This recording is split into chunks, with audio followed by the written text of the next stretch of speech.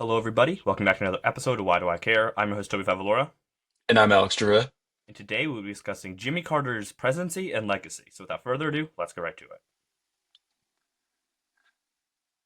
On December 29th, 2024, former U.S. President, Nobel Peace Prize winner, and humanitarian Jimmy Carter passed away at his home in Plains, Georgia. A man who will truly be remembered as a person, not a politician. Although his time in office was marred by enormous crises and has been much maligned by history, his post-presidency legacy defined Carter as a true beacon of community stewardship, a man who stood up for what he believed in. Yeah, and it's tragic news, honestly. Um, he was old, so we all kind of knew it was Mhm. coming. 100 years old, which is impressive. Um, but Carter is just one of the people, presidents that we don't really talk about so much. So that's why I kind of wanted to, I think it was a good idea to try to have a discussion about what he did, what he was able to do, because he did a lot post presidency, Mhm. um, and that's something that you don't really see a lot. You kind of see presidents do, and they kind of like dip, like a Bush type. Um, but yeah, like we have an opportunity to discuss a president that we don't normally discuss a lot, who actually did a lot. Um, yeah, just jump right into it, right? Yeah, I mean, I think it's important that we first talk about kind of his death and, reactions to it. Because as you said, like Jimmy Carter, he was 100 years old. We all knew this was coming. He'd been in hospice since early 2023. We very sparingly seen pictures of him in the media, and he did not look great in his last few days. Biden immediately released a statement, just sending out, his condolences to the family, declared January 9th as a national day of mourning for Carter. Trump also released a statement, the president-elect. He said that, being president like Carter was is an enormous responsibility of leading the greatest nation in history. And he said that, we all owe Carter a debt of gratitude. I mean, the thing about, Trump's statement, it's obviously not written by him. It's someone on his staff who did it. And privately, he's really contradicted these words. He's, expressed lots of malice towards the flags being flown at half-mast for his inauguration ceremony, even though, there's precedent for this in 1973. Richard Nixon, who before Trump was literally our most corrupt president in U.S. history, um, let the flags fly at half-staff after the death of Harry Truman. So, like it's really unprecedented stuff. Yeah, and it's really just it's so Trump coded. Like this is kind of what you're Hmm. thinking about. Like I guess in part I kind of understand. Like if you're being inaugurated, you want all the flags to be up. You don't want it to be half mast. But at the same time, like there was somebody who served their country, and I agree, it probably wasn't written by the president. But I do enjoy the line about talking about how they can relate to serving their Hmm. country and how it's an exclusive club and all that stuff. And you made note of how presidents usually talk during this time, and I think that that's important. Hmm. Honestly, I think it's something that should happen more. It happens a little bit during the transition, but also like this is such an enormous task, a burden, and it's good to learn from people before you. And in that way, I kind of wish that there was more communication between presidents. I know that there's a lot of egos involved, but at the same time, like communication would be helpful because this is a new. It's hard to find people that relate to it. Like Hmm. only 45 people have related to it. Yeah. Yeah. I mean, I remember a little bit when, HW died. And that was kind of when Trump was still a relatively normal president. And I remember them talking to one another. And I wonder if Trump is still in on those conversations today, because I'm sure, Obama and W and Clinton and Biden have at least in some way talked to one another. But I wonder if anybody's reached out to Trump, and I wonder if he realizes kind of the gravity of the situation. I bet somebody's probably reached Hmm. out to him. I probably Bush, just like a hey, um, what's up? Like, do you want to talk? But like, I don't really imagine. Like, there was like this one photo, and I don't even remember who it was. It was a whole bunch of presidents. Hmm. I think it was it during the Obama administration. I want to say it was Yeah, like I both think. Bushes, Carter, something like that. And I can't Yeah. imagine that happening today. Mhm. But I feel like it kind of should. And I hate to say it, but you know how insane a podcast would be with all those guys? Like, oh my god, down to generational numbers. Like, whew. Like, I think that's great, and I would love some conversations, open, honest conversations between presidents. But that's not going to happen in today's political climate. But kind Yeah, of I mean, I think digress. we often always. I'm going to keep us sidetracked for just one more minute, and then we'll get back to Carter. I think we almost always forget that like politicians are people in a workplace at the end of the day. And I don't know if you've been watching any of like kind of the little moments when senators and representatives have been taking their oath of office, Hmm. because there were lots of little moments between Vice President Kamala Harris and the senators who were being elected. Like I think she had one moment with Bernie where she said, she made a little clip about him, always standing um, on his values no matter what. And I remember her like talking to Andy Kim's kids, even talking to Senator-elect McCormick's kids, now Senator McCormick's kids, and one of them saying like that she had voted for him or for her. And Yeah. just, there are these little moments in government that I think we often forget about that get lost in the grand scheme of things, that there are humans behind all this. And I mean, Jimmy Carter is an example of that. 100%. And I think one of the biggest thing was Jeff Jackson once in one of his TikToks. I don't know how much you watch him, but I think he's great. I think he's a great messenger, and I think that's something that we could kind of continue as a party.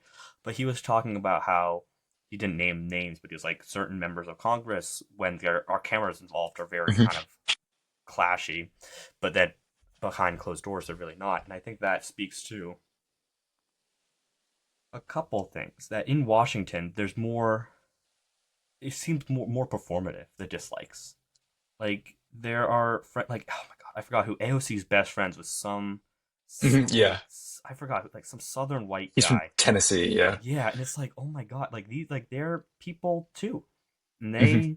they talk about things, and like that's how it should be. But it's kind of viewed in a bad way now. I would say.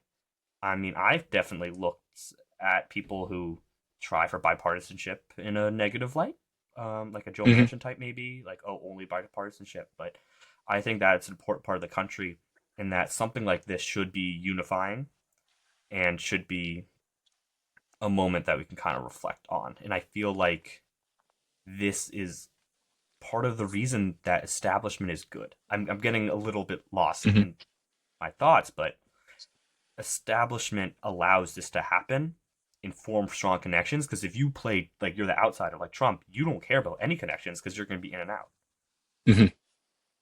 So just kind of jumping into Jimmy Carter, he was a peanut farmer from Mhm. Georgia.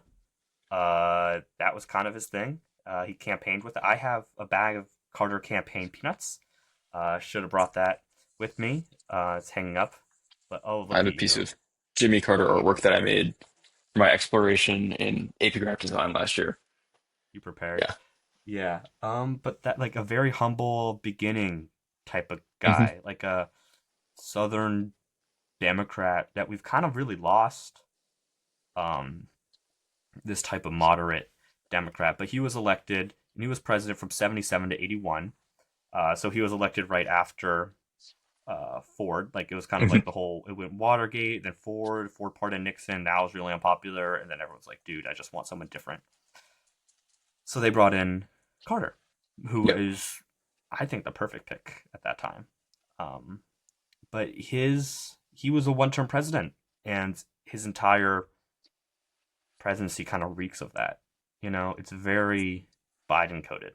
I'm not gonna lie to Yeah, I mean, he's an interesting case because he was kind of our first example of a modern political outsider, right? There were obviously many presidents in the past who did not come up like to the political ranks, but he was the first one who has done it in our modern era, um, until Trump did it later.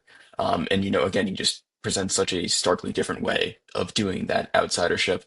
And it's also, yeah, again, it's important to remember like the time he came up in, and that like during Watergate, America was looking for change, kind of at whatever cost necessary. Because I think that Carter was definitely not the perfect candidate for the times. Some will remember the Playboy interview he did in 1976 that nearly doomed his campaign, um, which, again, at the time, I'm still astounded that it didn't. But that's how much Americans wanted change at the time. And yet, his presidency is not remembered in the fondest light by many. you. Yeah, and I just to speak on the point that they really want change. Like I did a whole project on how Nixon and his actions started, not necessarily started, but really kind of pushed forward the distrust in government from the Pentagon Papers and then Hmm. to Watergate. And then it's just been a downhill thing, that trust in government. And that's kind of where a bunch of our current day rhetoric comes from about politicians being crooked. You can kind of date it back to Nixon. So then that's why 100% an outsider would speak so well. Um, but an image I saw being shared a lot after his death was a photo of him and the White House with solar panels. Hmm. That kind of speaks to who he was. He was really into the environment and the energy, and he seems like a president who kind of really understood how important this was going to be now, Hmm. when people still now aren't really kind of understanding that. So he established the Department of Energy because there was a energy crisis in the 70s. But he also really heavily advocated for this renewable energy, um, and renewable energy sources, which could be seen with him and the solar panels. Uh, this is something that they were removed by Reagan. No Hmm. surprise. And it kind of speaks to how far we've kind of given up on it. Like Yeah, I'm so like yeah. Sorry, you yeah. I mean, like since Carter, we've only had one other candidate run on the environment, and that was Al Gore, right? I mean, like we had, like the Green New Deal that people were talking about in 2020 that never happened. Bless Ed Markey and AOC for that. They tried. hmm Um, but like the environment never gets talked about just because it is one of those issues that has so little, I think, personal salience for many Americans that there are very few things in their lives that they can turn around and point to that was climate change, even though there obviously are. We've seen it as right now there's going to be a massive snowstorm ripping through the center of our nation, fueled again by climate change, creating these climate change, um, kind of enhanced disasters.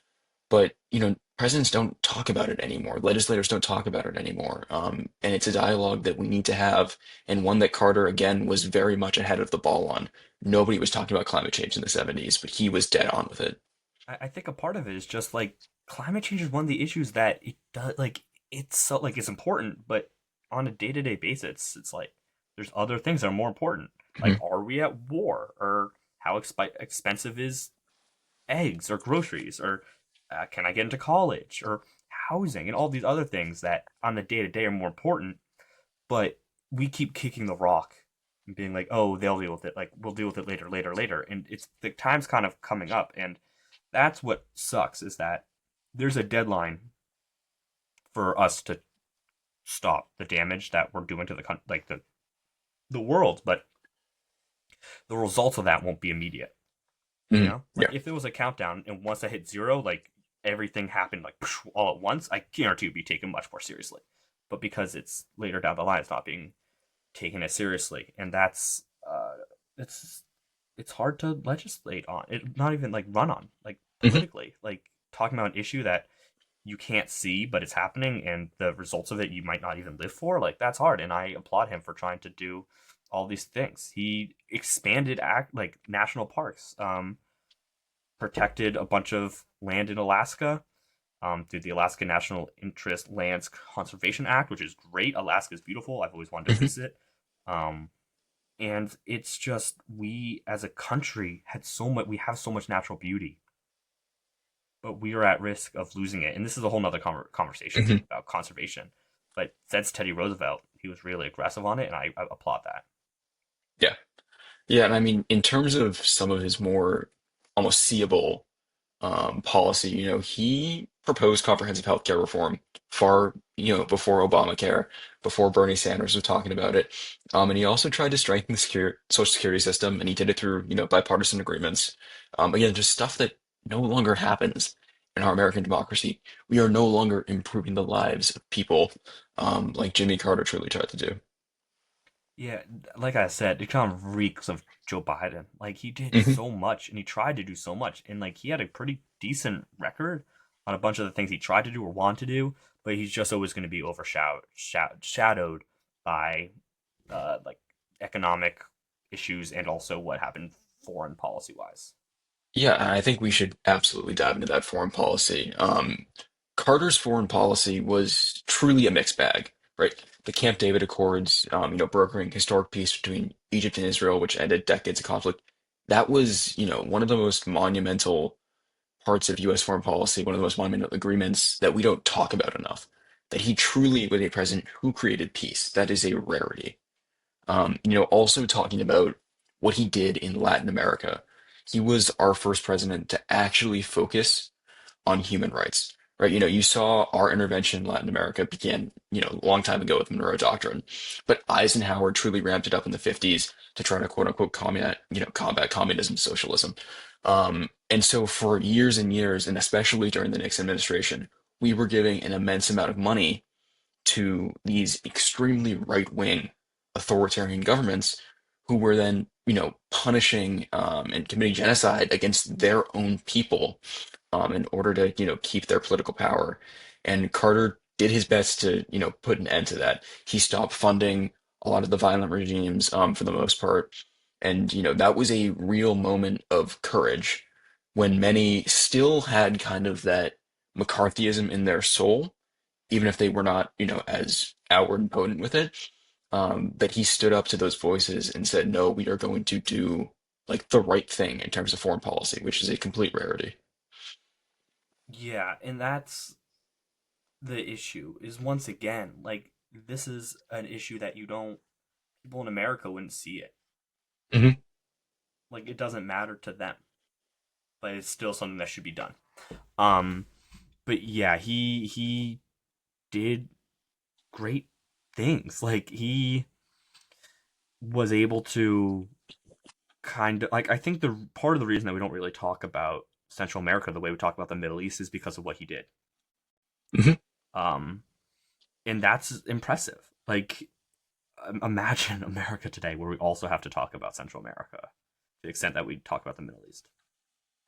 Well, yeah, I mean, we've kind of begun to see, especially the legacy of Nixon, Reagan, and Clinton later, all kind of coalescing into the border crises that we've seen over the last 5 years. We've actually had an influx of migrants from Central America, and I think people are going to start becoming kind of aware of that history over the next, I think, 10 to 15 years, more so than they are in the past, than they have been in the past. One thing we also missed in that recap was the Panama Canal Treaties Mm-hmm. in 1977, where he gave control back of the Panama Canal to Panama, essentially removing like the U.S.'s kind of last outpost of colonialism there. Um, and we've seen Trump now threaten to try to take back the Panama Canal because he was angry about, US and pay shipping dues through it. And I'm like, dude, like we took so much from that region. The least we can do is pay like a couple taxes. But like, at the end of the day, he tried to make things better for the people of Central America as much as he could, which again is I keep saying this, but we don't do that anymore. We don't think about people who are not Americans anymore. We don't try to keep this, liberal internationalist worldview where you believe that yes, the US is the best nation in the world, that democracy is fantastic, and that everyone should have a shot at that kind of, country. Yeah, no, I completely agree. Um, and I think a part of that is largely because of Trump, but this isn't really about Trump. Hmm. But I remember 2016, there still were conversations about what we're going to do, especially with ISIS. But we've gone away from that.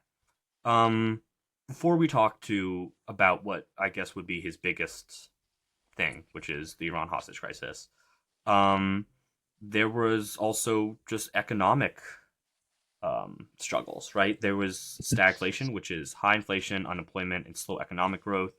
And there was an energy crisis, with long lines at gas stations because of oil shortages. Both of those are so unbelievably kind of Joe Biden coded. Um, and as we saw, like that's something that you can't beat. You can't necessarily politically come back for that at home. And then Hmm. also foreign policy wise, if you want to, you can, I guess, switch the conversation over to the hostage crisis, but it's something Yeah, that politically is dangerous. yeah. I mean, in Iran, you saw 52 Americans being held hostage for 444 days after the U.S. embassy was seized during the Iranian Revolution. And they tried to rescue them, they couldn't. It was a failed rescue mission that really hurt Carter. And of course, these hostages were released on the first day of Ronald Reagan's presidency. So clearly, the Republicans, this is not get talked about enough. The Republicans violated the Logan Act. They, specifically went and negotiated with the Iranians over the release of these hostages in order to give Reagan a political win on day one, right? Hmm. Which is just playing with the lives of Americans for literally no reason except, to keep political power. But the US public was very much caught up with this controversy of the Iran hostage crisis for those 444 days. For every single one of them, it was, the main thing the media would talk about. Um, and, it did so much damage to Carter's presidency, and it made him kind of unable to pass any other type of thing during this 444 days because anything anyone wanted to talk about was when are the hostages coming home. Yeah. So what happened is that the embassy was seized, and Americans were taken hostage, um, and for a long time, and the lack of response was strong. He kind of wanted to do it diplomatically first, and then he wanted to do a rescue mission, but the rescue mission failed, and then it just it became a whole thing. And it's like I would say that I'm trying to word this properly. Mhm. I would say that how I would say a hostage crisis is a perfect example of what the president is supposed to do. I feel like that was the reason that we have the executive is to be in the position of power to have these conversations and make these decisions. Um, I think I don't know if I worded that correctly, but I think that um, part of the reason I think Hamilton argued in one of the Federalist letters was that we need a strong and quick executive. And a Mhm. perfect example of this is when something like this happens. Um, Fairly or unfairly, all blame kind of rests on that president. But that's kind of the way that we design the system is that we need a president to be able to handle these types of situations, which is why I look at this so closely because this is something that I would say is really the most important thing that Carter had in his presidency. Mhm. Yeah. I mean, not to be an absolute nerd, but it was Federalist 70. And I know you're One gonna of hate them. me for that one. Yeah. One of them. Um, but yeah, I mean, it also, like an old saying is that a camel is a horse by committee, right? And it's clear that there needs to be an executive that can take action and do it in a way that is decisive. Just the case with the Iranian hostage crisis is that he was not decisive, that he did not Mm-hmm. pick his trail and stay on it, right? I think had he stayed diplomatic, again, this is like revisionist history, but maybe they could have come to a diplomatic solution for election. Maybe he could actually bring the hostages home, right? It's unlikely, but maybe it could have happened because, again, military intervention made those negotiations so much harder. Yeah, no, I completely agree. Um, and also, this is one of the most pointed to examples of failure within the executive branch. Mhm. And I think rightfully so. I know I couldn't imagine what I would do in the situation. Well, I kind of can imagine what I would do in the situation. I think it would be more aggressive. Um, that's for sure. But I think that this is something that we need to discuss with his legacy. Is that he was an outsider. He was someone who Mhm. deeply cared about people and also had such large good faith with people. And I think that's kind of where we see legislatively he wasn't able to be too successful and he wasn't able to kind of handle the biggest situation that he needed to handle and all these other things. And I think it speaks to who he was. Uh, I think as we kind of move on to what happens after his, Mhm. you know, term, we can kind of see, but this is what happens when you elect somebody who is an outsider and who's also I don't want to say weak, but isn't able to kind of handle that pressure, which is why I do kind of think that outsiders aren't the right answer, but that's the point.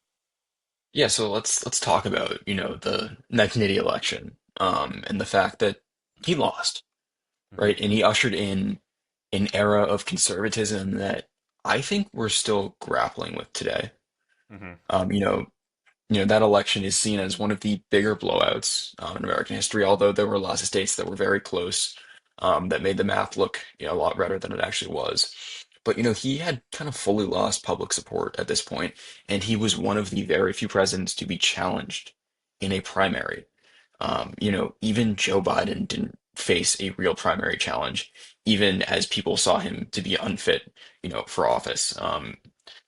But like Carter only won 51% of the primary vote. Right? He nearly lost to I mean Ted Kennedy got 37, the rest was to uncommitted or other people, but he nearly lost the nomination as a sitting president, which is, pretty unheard of. Yeah, and I think that's important to note that it was a Kennedy. I just kind of think it's funny. That's such a Kennedy thing to Mhm. do. Um, like RFK, he went against LBJ, and then LBJ kind of stepped out. It's just such a Kennedy thing to do, and I love it for that. I think it's great. I think primaries are healthy. Mhm. I think that you should always have a primary after 4 years. I think it will strengthen the party, and I think that it kind of gives you a chance to reconnect with the voters, the voters that put you there. But that's something that we're not going to really get too deeply into.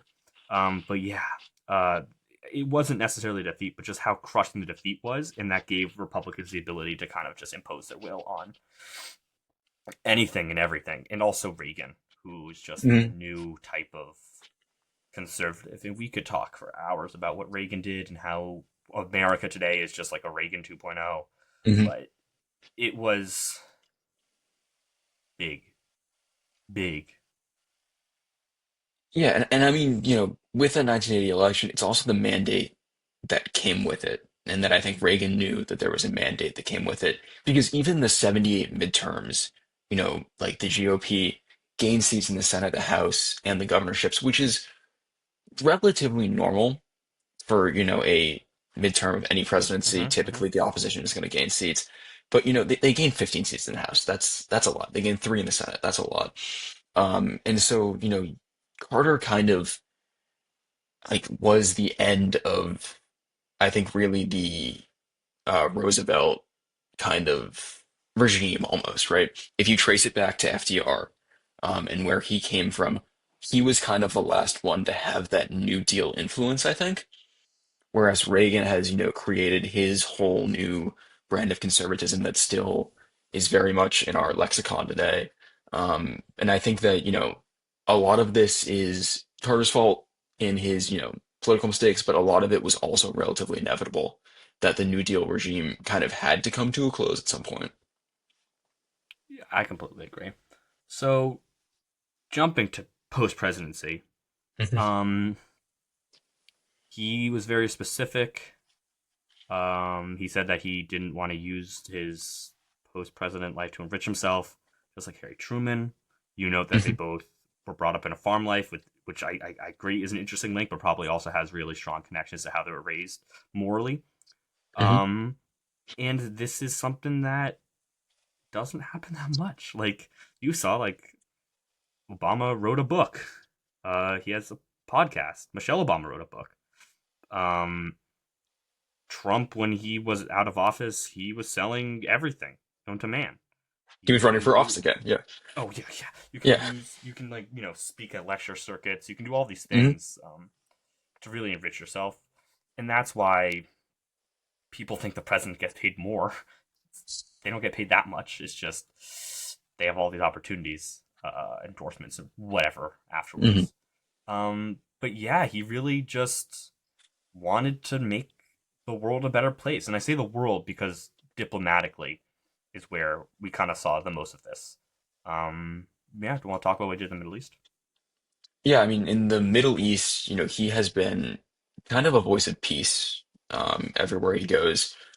He was one of the first ones to really criticize Israel's domestic and foreign policies while also trying to, advocate for peace. He met with members of the PLO in 1983, which is kind of like an unheard of from a president. Again, I think a lot of this work that he did in the Middle East really stems from his success with the Camp David Accords and wanting to build a truly peaceful world, even if he wasn't president, try to build peace in the region. He participated on peace missions in the Middle East, and he, advocated for solutions to the Israel-Palestine conflict. And this wasn't just a thing that he did immediately post-presidency either. He was an outspoken advocate for peace in Palestine, like into the 2010s, into his 90s. Like we always see pictures of him building houses, but he was also at protests during that time.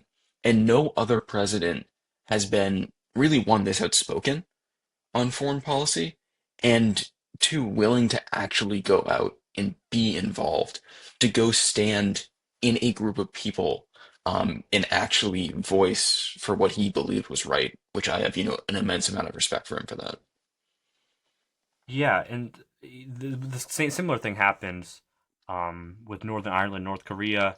Uh, talked to Clinton, advocated strongly with Clinton about Northern Ireland's uh, peace role. Um, once again, just like using his power post presidency to speak. Like that's something that you never lose after being a president. You still have your bully pulpit. You're still able to Hmm. speak and be heard and be respected. And then also North Korea uh, in '94, he was able to outline a treaty with Kim Il Sung, sometimes acting independently from U.S. government consent. Like he was able to do all these things um, because like you're able to speak and you're still gonna be listened to and you're still gonna be respected even though you don't have any power anymore. Hmm. That's what's so important about being a president. Like we see, like Obama still gets involved, especially in Democratic internal politics all the time. Hmm. Um, So does Clinton, Bush, yeah. yeah, Bush really didn't too much. Um, kind of just gave up Yeah, Bush so sadly. post-presidency kind of just decided he wanted to play golf and sit around and not really do anything. Well, that was him Which, pre-presidency also. So yeah, like yeah, all the there's not a lot going Bushes. on up there. Yeah. Yeah, well, whatever. Um, it's just like this is the best way to use your voice post Hmm. presidency. This Yeah. is it. Like this is what you can do because you can speak your mind without having to deal with political repercussions because there are no political repercussions because you're not running for anything. Hmm. Um, yeah, and something to note on that is he declined to do more presidential runs, even though he was totally able to, unlike Trump. Yeah. And Um, yeah, I mean, you also have to look at, who he supported for presidential runs. He supported Gore, Kerry, Obama, and Biden, kind of the most candidates that he was the most vocal for. And I think they're all ones that in some way or shape shared his values, right? If you look at Gore, environmentalism, very easy link there. Kerry was a guy who I think gets a bad rap, but which again they share. But like he was one who kind of genuinely cared. He was a three-time Purple Heart winner. He cared about his nation. Lost to Bush in a very tough election. And then, of course, Obama was a change candidate, much like Carter was, someone who was promising a better future for America and a shift from the status quo. And I think Biden tried to emulate some of those things in his campaign, even though he was not truly a change candidate, but kind of a resurrection of America from the times of Trump. yeah. Um, I think it's important to see though that he was involved in 2000, 2004, 2008, and then kind of took a break. Um, and then came back in 2020. I think that it was important for him to take a break after '08 because Hmm. that's like if we track it is he was silent up until 2000 when there was no real leader of the party because it was up to someone new. Same in '04 because we lost, and then '08 like we were trying to find someone, and then Obama won, and then he was quiet. 2016, uh, like I'm sure he supported Hillary. Like there's no doubt in my mind he supported her, but he definitely still didn't feel like it was necessary because she already, I would say, was more establishment than him. Hmm. Didn't really need his help, and then 2020 came back in. Um, and I think that's kind of important to note is that he chose when to speak very well. Like he waited, like he knew what Hmm. his job was, what his role was, and I think that's something that's kind of admirable. Yeah, and I mean it's interesting to note that I like my guess is that post 2008 he was like, okay, I'm done with politics. I don't want to do this anymore, right? That's why he probably like was not super vocal about Clinton in 2016. But I think during the Trump presidency, he saw what a danger, right, Trump was to our nation, and that he was like, okay, now I should absolutely vocally support Joe Biden for president, no matter how many votes he could swing. And end of the day, Biden in that election won Georgia by not that much, right? Who knows, but maybe Jimmy Carter was the difference there. Who knows? Hmm. Um, yeah, he was a great man. Uh, Especially kind of post presidency. Hmm. Established the Carter Center in '82, really focused on human rights and the disease eradication. He was an author. He wrote over 30 books, many of them advocating for peace. Once again, so clear why he had dealt with the hostage crisis the way he did. Hmm. Um, he taught Sunday school. He taught at Emory University for over 37 years. He was just a great guy. Like he understood his role in history better than I feel like a lot of people do. Like he Hmm. understood that his time was up, but he could still do more, kind of outside of the necessary like overly public light. Um, and I think that's something that's admirable. Yeah, absolutely. So for the why do I care part of this podcast, why do you care that Jimmy Carter passed? It's a couple reasons. First and foremost, it's important to learn our history. But also it's just important to understand and give thanks to people who sacrificed, not sacrificed, who gave up so much time and energy and health, frankly, for the betterment of our country. Um, it is something that I guess I could say a sacrifice. Hmm. Uh, like I hate to say it, you saw Obama before and after his 8 years, and you can tell how much stress he was under. Same with Biden. Like those four Hmm. years, you can tell it's a lot to burden to be the voice of a country of so many people, such a powerful country as well. And it's important to take note and give thanks to him and all that he's done during the presidency and post presidency as well. Yeah, and I mean, we should care because Jimmy Carter may not be a role model of how to be president, but he's a good one for how to be a person, for how to look around your community and actually, get stuff done, how to go out and build homes, and Habitat for Humanity, even though you're 90 years old, right? How to actually be an active voice and call for, freedom, for liberation for people who are oppressed. Um, he is one of those people who will not be defined, I think, really by any single notion of his life, but instead by kind of a more pronounced, need to do what is right and do what is good for the people around him. Yeah, I completely agree. He was just a great guy, honestly. With that, thank you all so much for listening. Be sure to go to whydoicarepod.com for everything that you can need. YouTube, if you want to watch our beautiful faces, social media, all that good stuff. If we start posting more TikTok clips again, which I'll be getting on. Yeah. Thank you all so much for listening. Have a great rest of your day.